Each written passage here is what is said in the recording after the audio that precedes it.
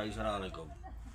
साईं दीवान जो सो मूंखे धमकियूं ॾेई रहियो, मूंखे पैसा बि नथो, पंहिंजी ज़मीन ॾेई मूंखे ख़रीदारी करे पैसा जो ट्रेवजर चढ़ी वियो, 18 महीना थी विया, अॼु सुधो मूंखे पैसा नथो ॾे। जॾहिं मूं मथे वीडिया छॾिया त हुन मूंखे धमकियूं ॾिनियूं। अॼु 4 माण्हू कारो वीगो मोकिली हैं जिन्हनि मूंखे धमकियूं ॾिनियूं आहिनि त अशोक जे ख़िलाफ़ु तो का पोस्ट छॾी त तोखे माना माराए छॾींदासीं असीं।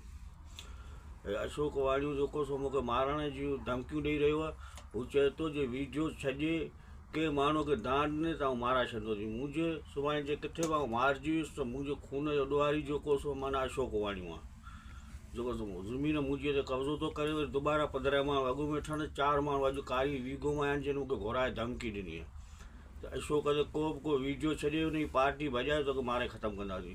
ऐं अली हसन ज़रदारीअ खे, DC साहिब खे, सादिक मेमण खे ऐं अर्ज़ु कंदुसि महिरबानी करे जेको सो मुंहिंजी जेकी सपोर्ट कयो, मुंहिंजी ज़मीन ते ज़बरदस्ती वरी जेको सो पैसा बि नथो ॾे, इहे कब्ज़ो बि करे वेठो ऐं मूंखे मारण जी धमकियूं ॾेई छॾियूं हुन। ऐं साईं रियाज़ शाह खे बि चवंदुसि साईं ठठे ज़िले जी पंहिंजी ज़मीन पंहिंजी ज़ाती खपाई वरी मूंखे पैसा बि नथो ॾे, मूंखे धमकियूं ॾेई रहियो आहे। इहो महिरबानी करे जेको सो मुंहिंजी हक़ रसाई कयो, मूंखे पंहिंजो हक़ु वठाए ॾियो। ऐं पंहिंजो हक़ु थो घुरां, को वाणी खां ख़ुदा कारण कोन थो घुरां, ऐं पंहिंजो पैसा पंहिंजी ज़मीन जा घुरां थो। मूं अॼु बि रिकॉर्ड मौजूदु आहिनि।